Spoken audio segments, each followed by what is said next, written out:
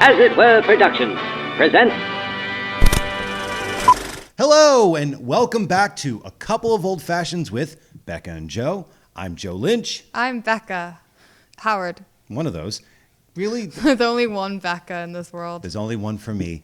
And this is A Couple of Old Fashions, the movie show for movie lovers, by movie lovers, where we pick two movies based on a theme. We go over there, we watch those movies, then we come back and we discuss if we picked the right movies based on that theme. One of the big crucial components of that I missed in this intro was that neither of us know which movies we're going to pick tonight.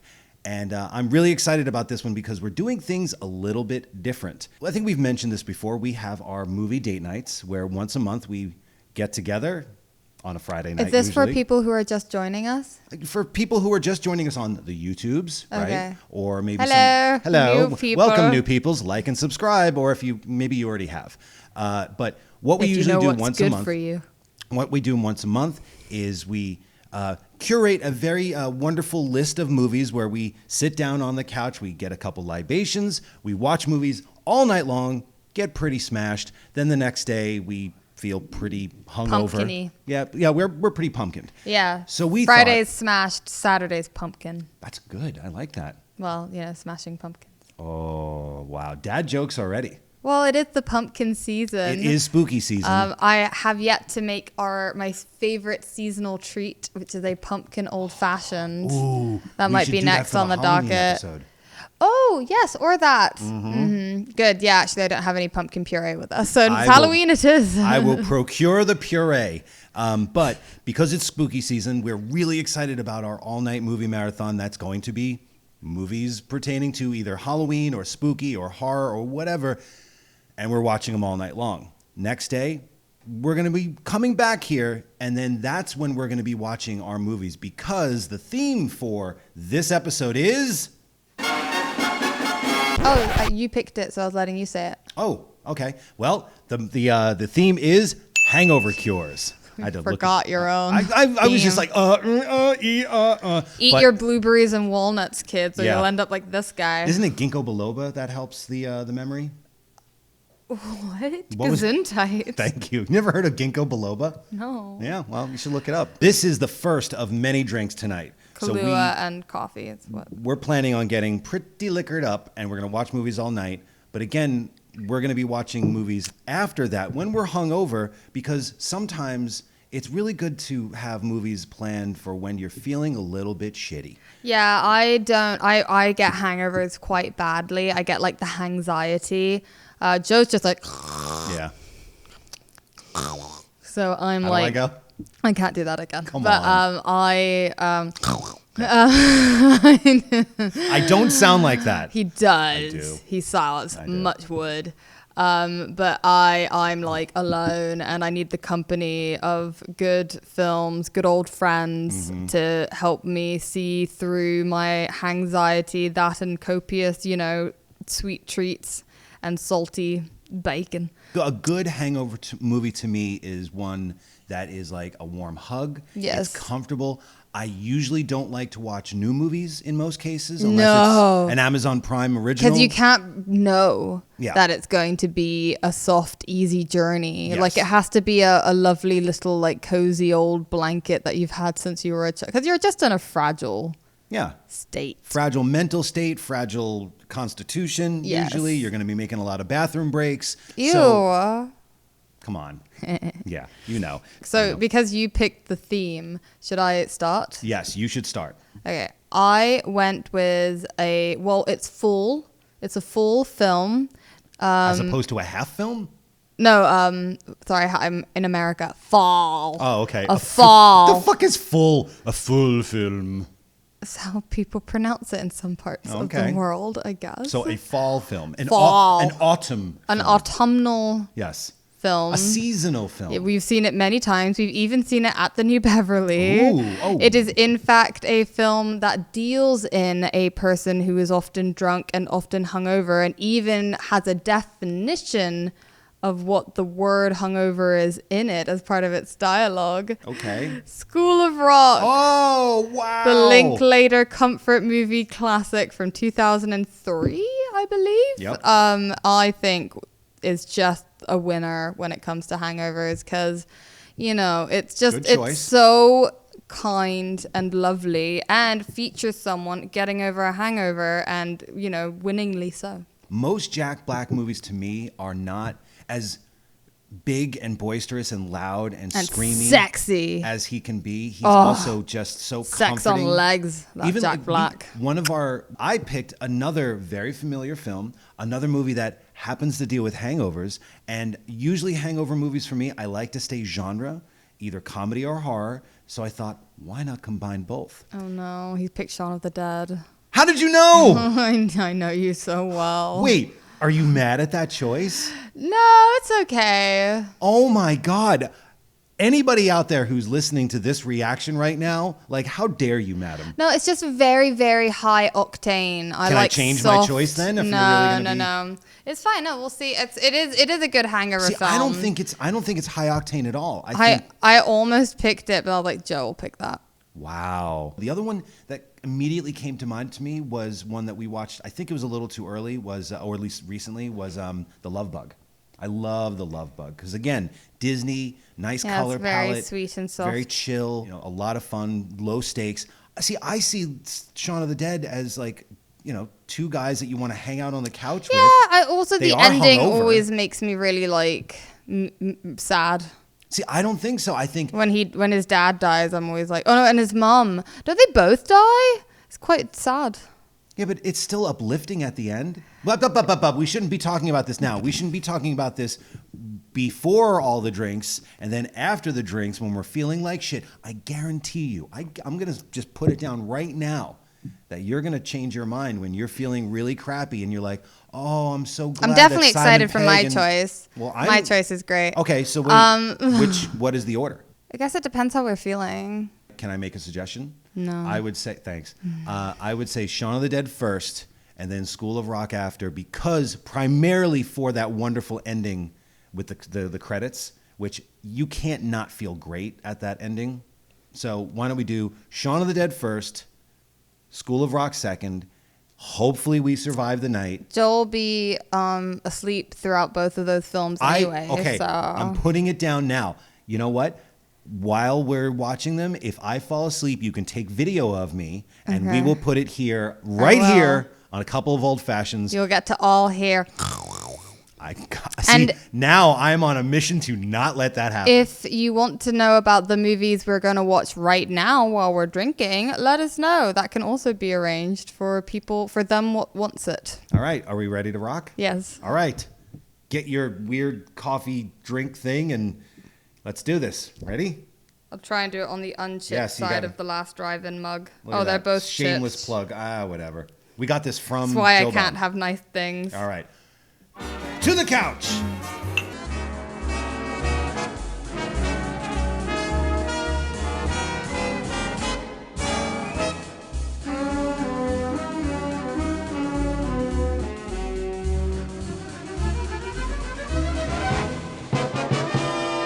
And now it's A Couple of Old Fashions with Becca and Joe. This week's episode, Hangover Cures. Is that how you're starting? Yep. Hi. Well, now this is just dead air. No, it's ready. And we're back. Hey, it's us. And we survived the night. So how are you feeling? Tired, but okay. Yeah. We had a very, very great, long night of imbibing It was in lovely. cinema. We were imbibing in cinema. Yes. It was a good night. It was a very good night. No, I feel like when we say all-nighter, part of me hopes that I will just like fall asleep at a reasonable hour, like 5 a.m. But I don't, movies are long. Some of them, and we just start chatting, and alcohol speeds up time. It has a magical way of doing that, and suddenly the light comes up behind you as we're talking. Yeah, you're like we would be terrible vampires because we would just constantly be like, "Oh, the night never ends." Oh! But it was a great night, a solid lineup of movies. It was about 11 when we went to bed. Yes, in the morning, 11 a.m. today. Yeah, and then I slept for like 2 hours. I woke up around 2:00 in the afternoon, and that's why I'm a bad hangover person. If anyone ever tries to buy me a drink, first of all, thank you, but second of all, I am like, if I refuse, it's only because I probably have work or something stupid to do the next day, and I like can't. We have friends like Cargill, who's a writer, like has the fortitude of 1,000 oxes. He sleeps well, is I think like part of it, that he just like will go to bed and have a deep, relaxing snooze. Whereas I go to bed and I manage a couple of like rough hours of sleep, like super disturbed, not quite hitting REM state sleep. And then I just wake up with anxiety and I just cannot go back to sleep. I vacuumed, did some work. I had no clue. And then you had the vacuum on. I was. Joe woke up at like 3:30. That sounds about right. Yeah, so it wasn't. But we've had to worse be fair, hangover went to bed days. At 11, so. Yeah, no, I know. Yeah, I'm not proud of it. No, like we should have slept longer. That was. We basically took a nap. It was a lovely full day. That was nice, like LA standards, which means like Burbank standards. Yeah, Valley standards, and Valley gets hot in the summer. But today was nice and lovely, and like the full breeze and everything. Sorry, fall. I don't know how Americans talk. Fall breeze. But there is nothing better than to know that you can come home to a couple movies that are comfort movies. And yes, that's which is what we did. About. We got food, greasy takeout, and we watched the films. We did flip the order. Right? Oh yeah, that was you. That was me. Yeah, I was fine with your original order, but then we started eating, and you were like, "No, let's do School of Rock." I've just been informed that all of your children are missing. And if you wanna be a teacher, Jack Black, the School of Rock. He went from, background, character actor to scene stealing character Wait, actor. I'm so hungover. You turned the cameras on, right? Oh God, yeah. No, they're all on. Okay. Yeah. We're doing great, folks. We want, you know what? This is as method as it gets. We were going to be like, is this experiment going to work? It's working right now. This is it? Maybe I fell asleep for 2 seconds with my eyes open while you were turning the cameras on. I don't really remember hope that. they're on. Do you want to check quickly? So, seen any good movies lately? Read any good books? Yay! It's and we're back. Yes. Nope. Cameras fine. were on. Cameras were fine. I'm not. So glad. But that said, when we sat down and watched first School of Rock, then Shaun of the Dead, I think it was the perfect order for the situation we were in. Okay, so part of this podcast, I won't lie, I try not to let it influence me, but part of me does low-key want to try and think of a movie. I want it to be an honest decision and something true to my heart. But part of me is sort of like, I want to try and pick something that's a little bit, new, cool, or like under the radar, or something a little bit hip pockety. Yeah. Shout out to the Hip Pocket, another lovely podcast by our lovely friend, who has a name. Drew McWeeny. There we go. I remembered. I don't have brain cells anymore. Alcohol isn't even a poison. I don't know what the big deal is. Clearly, it does no damage to you at all. The fact that I knew we were illegitimately going to be doing one of our, not just having a drink, but having like an all-nighter drinking smash date night. fest. Yeah, date night. I was like, oh no, man, I'm going to go to like the heart of the matter, like chicken soup for the soul, full-on comfort food, the Chipotle takeout of movies, and for me that really is School of Rock. I've seen it. The Chipotle takeout of movies. Just like reliable, yummy. One of the best one for them ever. Yeah. Because if you think about where Linkletter was at the time, Newton Boys and Tape had come out before that, Waking Life. and not until later did we realize that like movies like School of Rock were the movies that funded Boyhood. So it was like, it was worth him being able to make this or Bad News Bears, to have those, another underdog movie that he did in a way. It was worth it for him to be able to kind of sell out to the man. I mean, sell out. I kind of hate the one for them premise, because it's like, but is not like earning money kind of for you? No. I love people who think like, that we're just sitting back in our bungalow in Warner Brothers going, maybe I should do a one for them as opposed to, I'll just do one. How about that? Yeah. One is good. Having Linkletter and Mike White, who wrote the script, which was based on a documentary, right? It was like a PBS or something. Right. I don't know if it was PBS, but it was like a documentary about these talented groups of kids that started doing their own versions of like rock songs of the day. Mm-hmm. So it was like Rolling Stones and Bowie and stuff.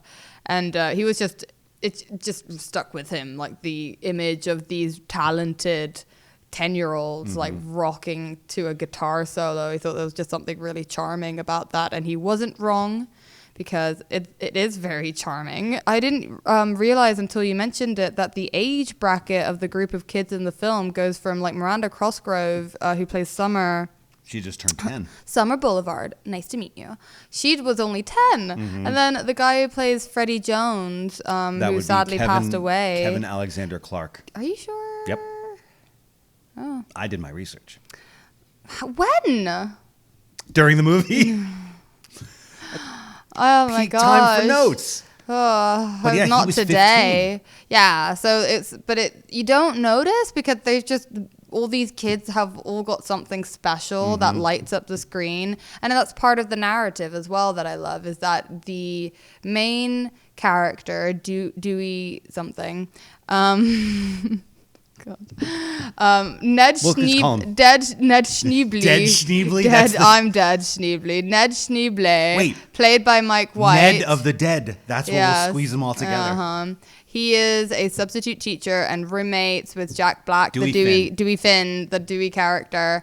And Dewey's desperate for money, and he's been fired from his band, so he takes a call meant for Ned to take a job as a substitute teacher at this prestigious prep school shot in Staten Island. So All crazy. New York. And so he takes this job, which is shocking that he got away with it. It was a different time. They didn't have profiling back then. Yeah, like checking an ID card, apparently.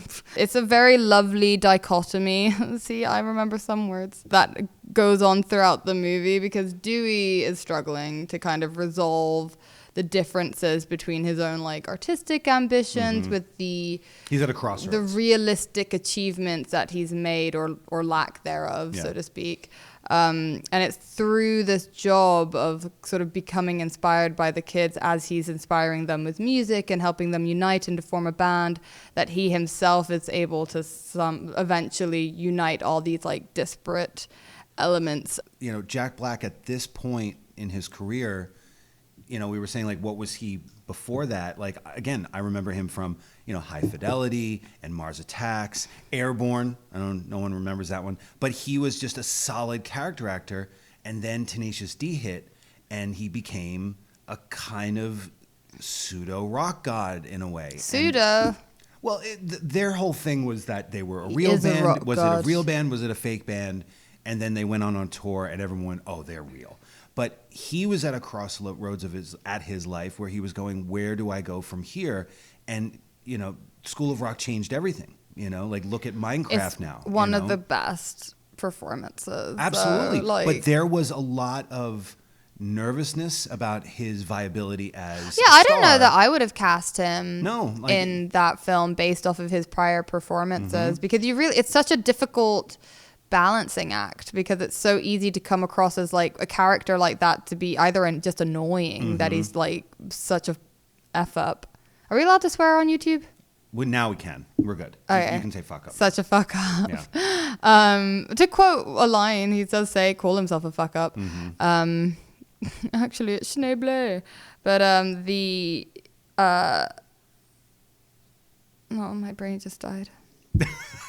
And there it goes. If you look at the trajectory of where his career was going, where he had an album with a song called Cock Push-Ups, and then to be teaching kids in a heartwarming movie. The moment that he has that scene with Lawrence, Robert Sy, and which was based on a real thing that happened to that actor and Richard Linklater, where the kid came up to him and said, "You got to recast me. I'm not good. I'm not cool enough." I'm not cool that's what enough." he says. And that got incorporated into the movie. And that is the moment, I remember it very, very distinctly. That's the moment where I went, Jack Black can kind of do anything because he's so charming, but also so empathetic. Yeah, and so honest. Like he Honest. genuinely wants to help them. I believed it. Up until that point, Jack Black was known mostly as like everybody's favorite asshole. And then he became everyone's favorite like uncle. Well, he teaches Lawrence. He doesn't laugh or like brush off Lawrence's concerns. No. He takes it on very, like face value. Just sort of treats him like a peer. Whoa, the dog's going crazy. He also didn't sleep well last night. So He's hello. come on. What do you want to tell me? I love Jack Black. Oh my I love God! Jack. Please, you have to keep calm if you're going to be on the Easy. show. Oh, gross. Oh, and they teaches him the secret handshake. And then the best part of that whole joke is like, we're going to work on that some more later. This is a very long handshake. It's like such great, punctuated by such incredible like songs the entire way through. The music It's is such a so banger good of a soundtrack. He should have got a Grammy for that. From the song School of Rock, the actual song. Oh, that I just meant to. the soundtrack was But amazing. But yeah, the songs they wrote for the film are like, you okay? He's good now. I missed your mommy. The songs they wrote, like that final performance. Oh, it's amazing. It gives you chills. Oh my because gosh. Because it's earned. Because they spend the time to get to know pretty much at least every member of the band except for the bassist. Unfortunately, she kind of gets the short shrift. But most of the kids. Well, she really was maybe do care just about. well adjusted. Yeah, that could be it. Linklater does such a good job at showing you the process of making the song too. All those long takes where he's If you want to be the teacher's pet. and the thing is, what's great is that Dewey immediately pinpoints everyone's strengths and brings that to the table. Like it was funny when I was watching the movie. I kept thinking, all the kids change, obviously, and they grow. Does Dewey grow? But then you sit there and go, he's Yes, like that's a what I said at the conductor. beginning. Oh, I know, but I didn't see that before until this time. I really saw him as a conductor. He was conducting this orchestra. And he's of kids. finding purpose. He's like rudderless in Absolutely. his life at the beginning. And through teaching the kids and giving them, reminding himself of what he loves about that whole world to begin with. You see it in his big, earnest little puppy dog eyes. Like he's so genuinely wants to share. It's like what we do kind of with this podcast. It's the idea of sharing something so close and personal to you. And the kids, to their credit, I mean, slightly manipulated. Like What, into because they didn't know about the big project? It's a big school project, Yeah. so they're kind of, forced into taking it seriously. But some of the kids, you can see he really gets through to them. Tamika's entire role. When Tamika has her solo. Oh, my God. And she's like so confident, and Yeah. her parents are like crying when almost they cut with to all the pride. parents, and that was such a great device at the end to bring the parents to the concert so that you can see the cause and effect. Yeah. That ending is perfect. When we saw the new Bev, everyone I was know. freaking I was out. hungover then too. Yeah. There's even a definition during the film about what the term hangover means. So Right. I feel like gets a brownie point. Well, I did write down, you wouldn't come to work hungover if you weren't an alcoholic. Yeah. That's one of my favorite lines. I want to give a shout out. Dude, you got a disease. Yeah. That was a Freddie line. I want to give a shout out to Jeremy Conway and Adam Scher, the production designer and the art director. I hate in movies where you can just tell that they was like, just throw some Ramone stickers up there and maybe like a Metallica poster and they're a metalhead. But the fact that they had Godflesh and Old Ministry, and I saw You mean Gore like thing in back there. Dewey's little... The van yeah. in his room. I still You'll get it. notice new things about his little bedroom area, like the giant Grand Marnier bottle. I Oh my God, I didn't notice that before. Like this time, I think maybe because I'd just been making a Grand Marnier based cocktail and was like, I know that label. There was an authenticity to it that sometimes gets faked a lot of times, and I felt like the production, and no one gives the props to the art director, because the art director is the one who probably had to go out at him to get all those stickers. The production designer said, like, make it authentic. That guy had to go out with the props master and find all that stuff. And of course, Linklater is, integral to that as well. Linklater, who is in, if you watch it, is the third he's band. in the band. He's the third band member when Jack Black pulls out the old picture of him and Ned, Mike White, when they were in like a rocker group. I didn't notice that until this time as well, that Linklater is the third member of that band. It's like Jack, Mike, and Richard. And I kind of want to see them perform now. I wish. I want that group. I like. There's part of me that felt like when we were watching it that this is like the best Cameron Crowe movie that Cameron Crowe never made. In a way, I guess Cameron Crowe gets a little bit sad and nostalgia ridden, which is lovely, but can be a bit depressing. There's no real downbeat. Even when like they find out that he's been posing to work at the school and they call the cops on him, it's still, they make it funny with a dark like pedophile joke. Yeah. Which I said the American way. I didn't say pedophile. Pedo joke. The touching thing. Yeah. Which is hilarious, but super dark. Your kid's really touched me. Yeah. And no, Cut to every parent starting to die inside. He says, but I have been touched by your kids. Yeah. And I'm pretty sure I've touched them. Oh my God. And then his reaction is so funny. But even that I think I timed it this last time. It was like 4 minutes or something of screen time was like when he's the third act. The third act is like a couple minutes, and then the kids are like, whatever, he was cool, let's still play the damn show. And they're like, a little while later they go to his house and he's like laying in bed shirtless, and they're like, how did that happen? But I think that this is like one of the best Richard Linklater movies, and I love the fact that this was like his way of showing that he can make a family film. That guy can make anything. Well, he sure made my day, which is lovely to wake up hungover and be like, like my head. Because it's low stakes. When I first woke up today. Even for a movie about metal, To watch this and be like halfway through their song, and I remember looking at you and being like, I'm like lit. I have like goosebumps of happiness, like that sort of feeling where you're like so happy that you're like just feel like you're on electric a little bit all over.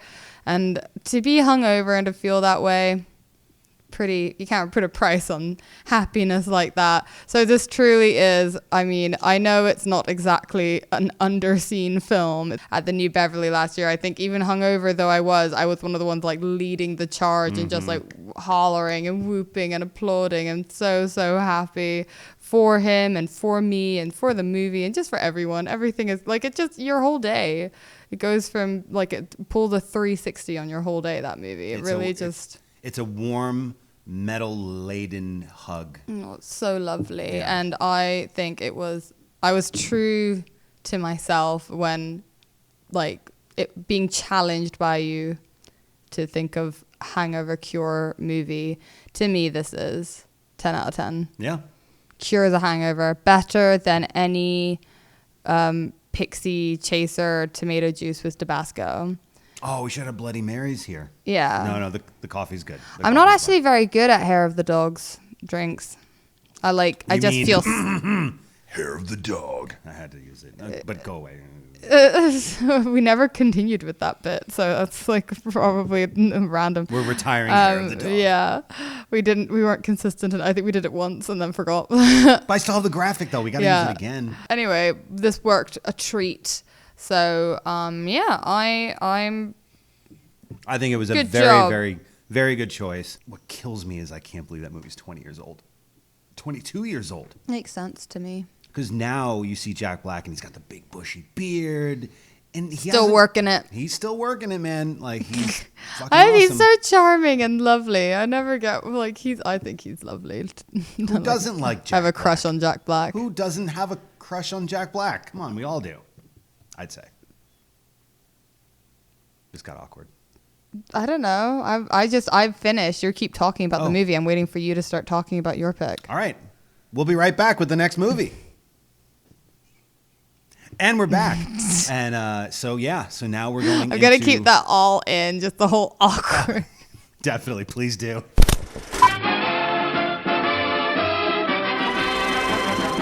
And now, an important message from a couple of old fashions with Becca and Joe.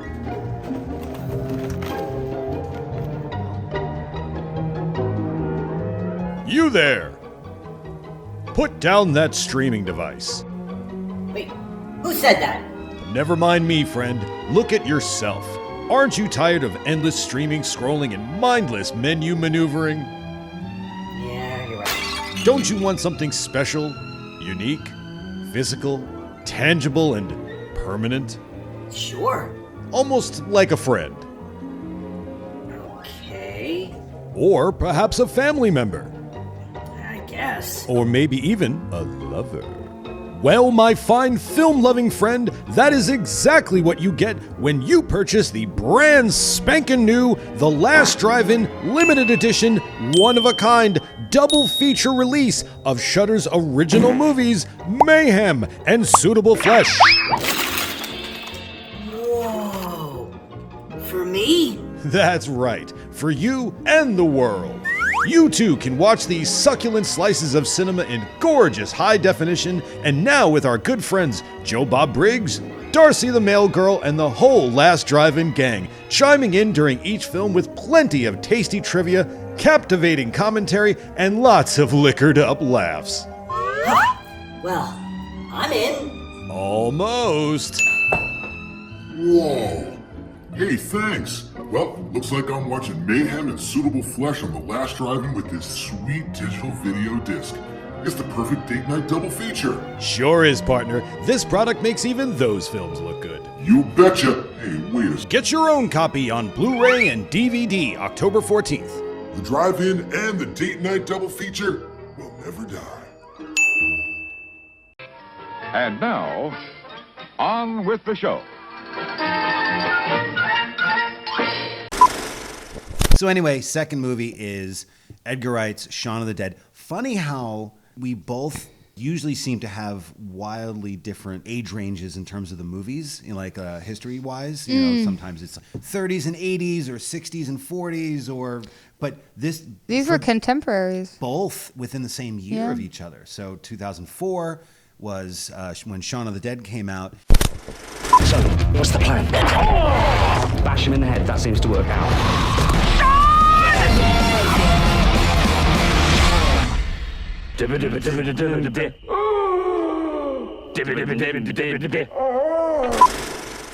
Were you a fan of Spaced back then? Yeah. No, not in 2004. I was 8.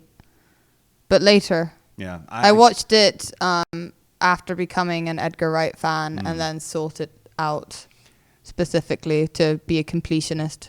When I was at G4, someone was passing around bootlegs of Space. So I already knew who those guys were. And I remember watching it and going, damn it, this guy stole my style. But it wasn't our style to begin with. It was Sam Raimi's and the Coen brothers and many other filmmakers.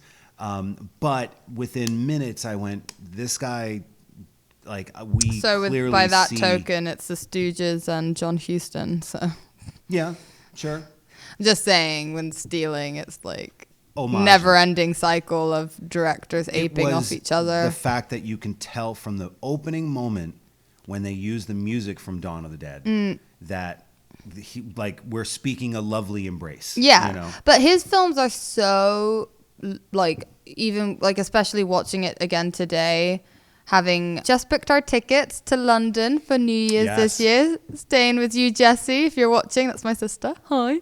I just forgot how English it is. It's just so I kept freaking asking you, English. Where's that? You didn't know what a lock-in was at a lock-in pub. was. Because for years, it would, after they say that and they close the doors and lock it and then they're drinking, I'm like, what just happened? I don't understand that. Lock-in. It's a thing in England where if you know the people at the pub, if you're on friendly terms, and his pubs in England close ridiculously early hours. They're shut by 11. It's so, I don't understand it. When I grew up in Brussels and I moved to England for college, and I felt like I was being thrown out. I was like, I am a paying patron. How dare you refuse my patronage? And it says you'd be 11 o'clock and just getting going with your evening and just standing shivering on a street corner being like, what the heck?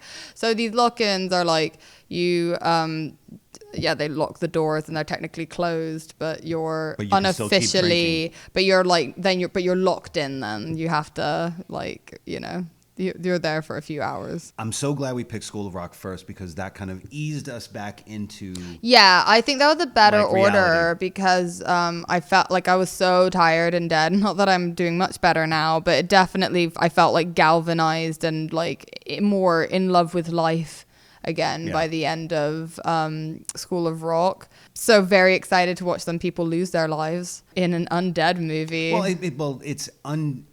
the stakes are always there, and that's the thing that is like the hidden weapon with or Shaun indeed of the the Dead. cricket bat is always... The first hour of the film, Edgar and Simon and everybody, they set up so many characters that ultimately come back, even extras who were paid $1 based on the old Romero rule because of zombies when Romero... $1 a day keeps the undead at bay. All those people come back, and there's sly little references to all the movies, obviously, but it's really that first hour of character building, even while the tension of seeing the army trucks drive by and the old man is about to eat the pigeon in the background. And then when the shit hits the fan, when they are actually hungover. I know. Can you hangover. imagine like being hungover and the zombie apocalypse happens? Wait. Okay, I thought I heard outside. Just checking. I'm like torn about it actually. Because I reckon my chances of survival are pretty bad either way. And if I'm hungover, then at least I can just like have no guilt about, not that I do anyway, I tend to overindulge on greasy, comforting, bad foods when I'm very hungover. It's a lot of sugar and a lot of salt. Panda Express. A lot of Chipotle. With a really good bakery near us called Porto's. And they have such delicious sweet treats. And just when you feel bad, it's just, what can you do? Like, you must eat the food that is available. I mean, I wouldn't do what Shaun does, which is actually come up with a plan, albeit maybe not the best plan in the world. I think he sobers up pretty quickly. Again, the first act sets everybody up really well. It really does set up the fact that this movie is not a romantic comedy with zombies because of Shaun and Liz. It's really Shaun and Ed. Oh, their relationship is so beautiful. That is the bond that brings this whole film together, but again, because of that, when we start losing characters, people that we care about, like Mom, like Barbara, even dad, sorry, not his dad, stepdad. Oh, Bill Nye. But that's the thing. You care about people. When Bill Nye's death is so, even after delivering this really sad, it's really hard being a dad. I tried my best. And it's I just wanted you to be your own man. Oh. Yeah. And then he's just like. Oh, yeah. When he's just. I love that. It's such a great death scene. Bill Nye is so funny. They have characters you care about. There's such lovely callbacks in the film. Like when everyone's seen Shaun of the Dead. It's fine. Spoilers. Spoiler alert. Thingy.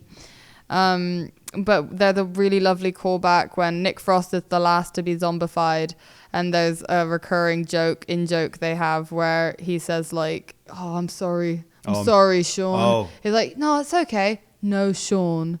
I'm sorry." And then the wall of fart hits him. That has been an oft-said quote for decades. But it's so moving, especially... You actually cry over a fart joke. Yeah, not just because of the fart joke.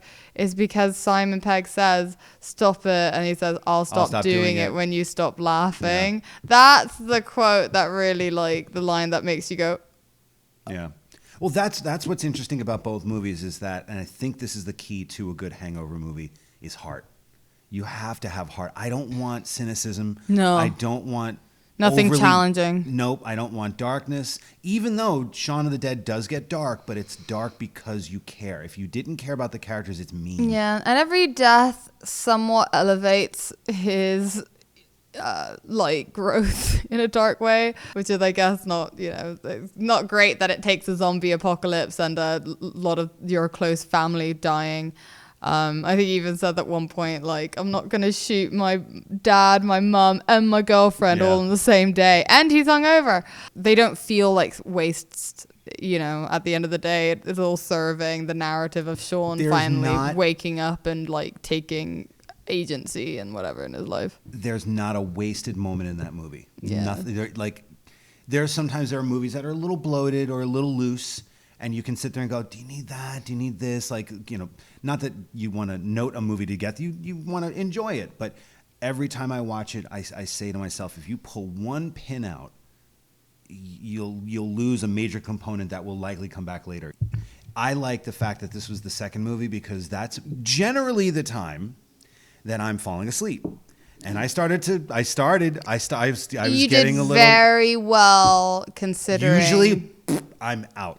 And because it was, what I love about Shaun of the Dead is that it constantly makes you feel like you're not in on the joke, but you're in on the story. Because you get those little moments like the couple making out in the back in the first time you see them, and then the second time you see them, the head falls back. There are like little tips of the hat that are almost like little rewards. The kid that like had the football and everything. The fact that he shows up. They all do. Even the guy who owns the corner shop is reaching his hand out because he owes him money. And I didn't realize this time around snake hips. Like when Ed's describing all the people in the bar. And he's talking about the one guy who's like, oh, and he's got women crawling all over him. And then later on, when like you see him getting eaten by a bunch of women, there's so many little visual gags that made me kind of go, oh, and it made me wake up again. Yeah, and I remember at the time everyone freaking out about his new comedic language being such a big, like, stark difference from because I guess 2004 it was a pretty new the way he would do, crazy push it, like when he gets ready for work, it's like pushing on T, pushing like action push-ins over with the hip-hop top montage stuff, but like over dumb things, like he's putting a pen in his shirt pocket, brushing his teeth, getting a cup of tea. Like that was a relatively new kind of like visual gag, I guess. It had been somewhat done, but it just never with such an English stamp as well on it, which made it, obviously like Edgar's big like cinematic thing, and why I always was somewhat sad. Not that I dislike Scott Pilgrim, because I do love Scott Pilgrim and I like Baby Driver, but I always get a little bit sad when he leaves England. It's so nice having someone just be so like gung-ho. I like the English sometimes. I want to watch. They're not bad. I want to watch Last Night in Soho. We only saw it once at the premiere. Yeah, well, look, sitting next to Jack Black. Oh my god! Full fucking circle. That was way too high pitched a noise I just made. No, that was me. I got too excited. I'm seeing purple. I love the fact that they showed the movie to Romero before the premiere, and he went, "Oh, that was funny how you guys used that Coming to Get You, Barbara." He didn't realize it was from his own movie. Like he just forgot the line. What? Like, I know.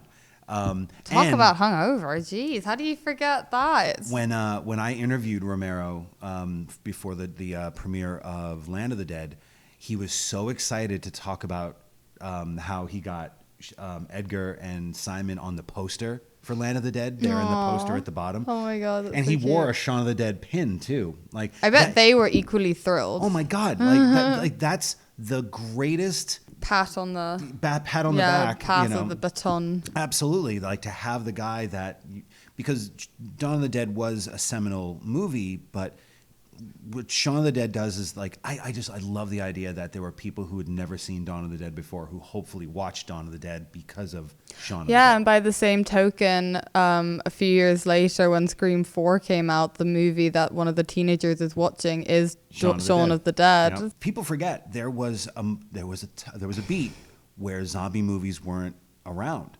And between 28 Days Later... Didn't Dawn of the Dead, the actual remake, come out around then? The remake came out around this time. Yeah. And so it was the 1, 2, 3 punch of those movies. And then The Walking Dead. And the zombie sheep movie from New Zealand. Black Sheep? Yeah. But that was like a couple of years later. Zombieland came out after that. But zombies weren't as big a thing as they were a couple of years later.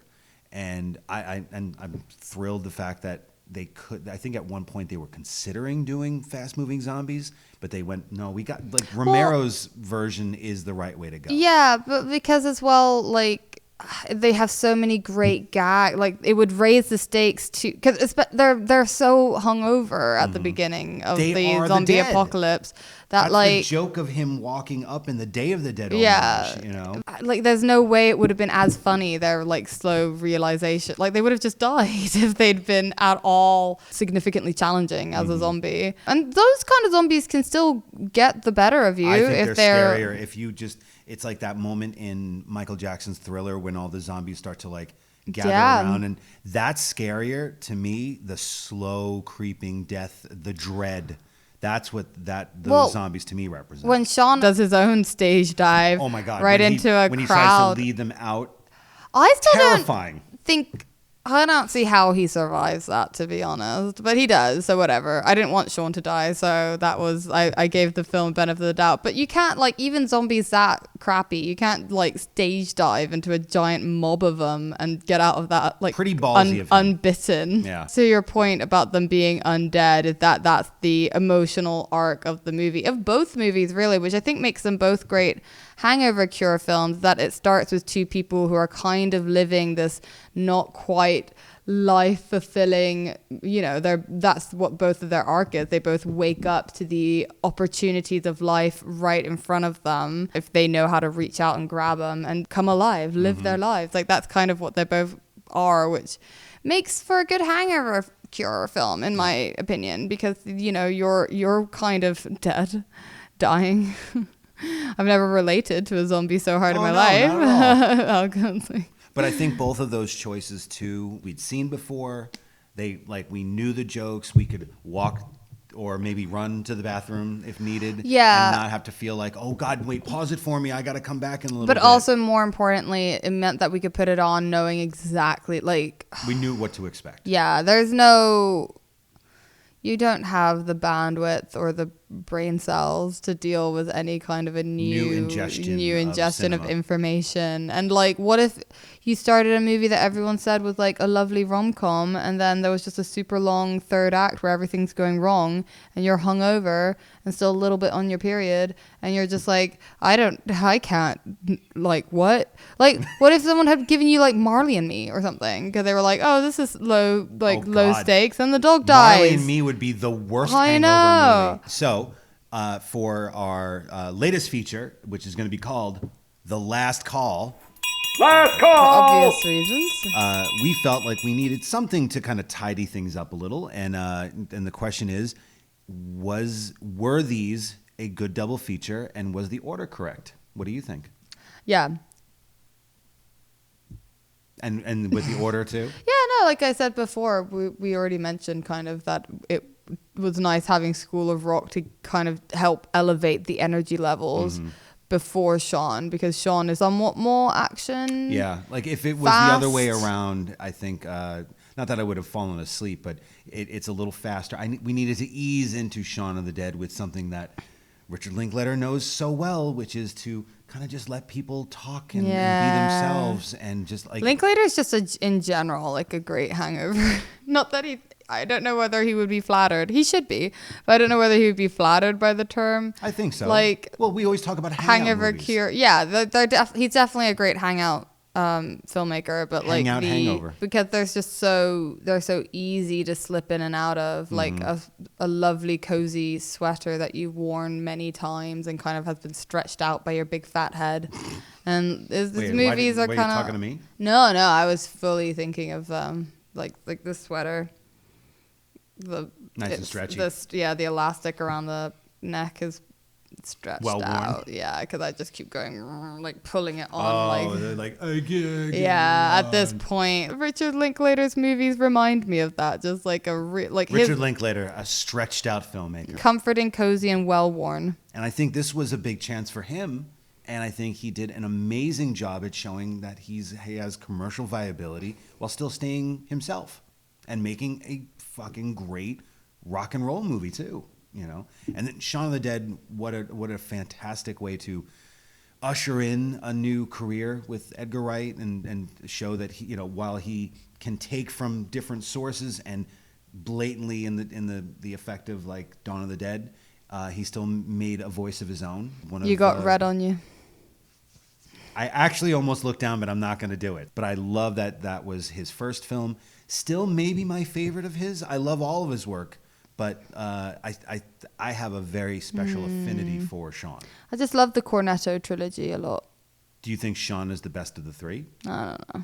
I like all three of them. Yeah. I'm too tired to pick favorites right now. What's funny is that like when we were watching it, I kept thinking, would any of the other ones be good as a hangover movie? I think Hot Fuzz is a little too high octane. I think we've watched that was the point.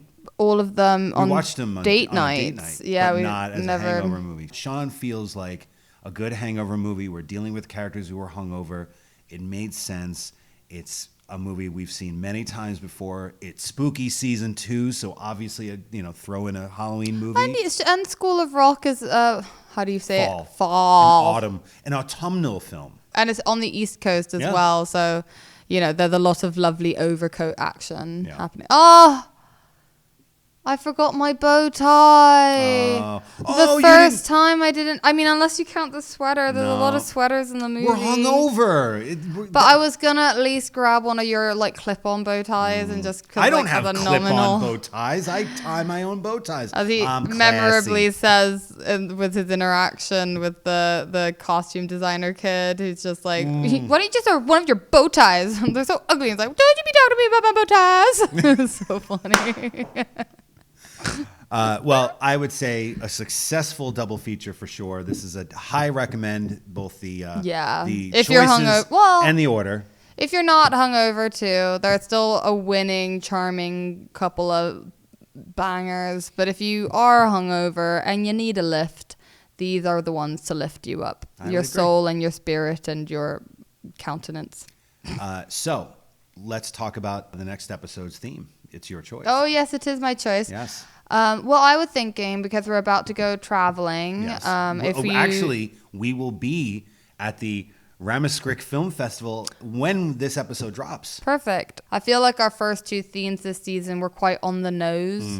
I wanted to go back to, I liked how some of our ones last season were a little bit more like vague and kind of left really ambiguous, wide open interpretations for that. So I enjoyed how that enabled us to go wildly different areas. So I thought a nice vague theme is A Long Way Back. Ooh, okay. Oh man, you can go so many different places. I know. That's what I wanted. Hangover Cure. I even tried to think of like outsmarting you and try to do like some kind of a movie about, like I was going to go Cassavetes or something. Because boy, would you not want to drink again after watching a Cassavetes movie. We tried watching a Cassavetes movie. Yeah, that didn't work out well when we were hungover. But at the end of the day, knowing that we were actually going to be hungover while doing this, I was like, nah, I'm going to go straight, like just take the assignment literally.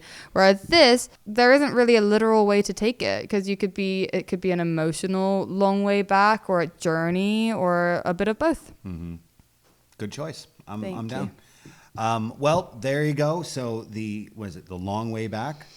Hold on. A Long Way Back. A Long Way Back. Whew, I got some thinking to do. That's fine. That's good. I like the challenge. You know what? It'll keep my brain going as we're about to pass out after we turn the cameers off. Or very, very soon. Couple bits of housekeeping. Again, the Ramaskrik Film Festival from October 15th to October 19th. We're playing Wrong Turn 2 for the first time in years. And a couple of Old Fashions live. If you get a chance, come on over to Norway and watch us do a couple of Old Fashions, where we're actually going to be doing a triple feature. Also, The Last Drive-In on Blu-ray and DVD. Hopefully you like the really cool little commercial that we made. Thank you very much for helping me with that. And you can get it now at all of your local physical media retailers or Amazon. But you know what? Support physical media. Support mom and pop shops like Diabolic DVD, or video stores like Vidiots or Cinematheque, or of course Cinephile, our favorite video store. Get it. It's worth it. It's totally cool. Like and subscribe, of course. Please help us support the show by clicking that button and subscribing to us. We're hopefully every week for the next foreseeable future we'll be having new episodes. We did it hungover. Yeah. I mean, what There's else? no excuse after that. Yeah. But season 1 is up now. Hopefully the last week's episode's up. It should be, God willing. And this one's up as well, and there will be more to come. We're on Instagram. Yay, we finally made it on Instagram. ACOF Becca Joe. ACOF, right? ACOF. ACOF Becca Joe. A couple of old fashions, a little bit too. So it's a cough. Which is what we're doing right now. Yeah. So there you go. I am also Instagram official now. I just know. joined a couple weeks ago. So Wait, hold on. Wait, Instagram handles. Boop. There you go. So there, done. That's it. That's the show. We're going to go pass out, hopefully, get a good night's sleep, and then back at it for some more movies. Woo. So without further ado. It's like an empty chamomile teacup. Is that like bad luck? Wait, is that to what you're cheers? calling Movies? It's like an empty chamomile teacup. Use that. Yeah.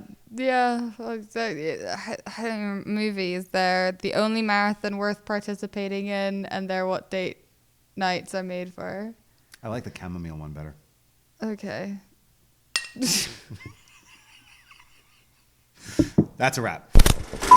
And now, folks, it's time to say goodnight. We sincerely appreciate your patronage and hope we've succeeded in bringing you an enjoyable evening of entertainment. Please drive home carefully and come back again soon. Good night.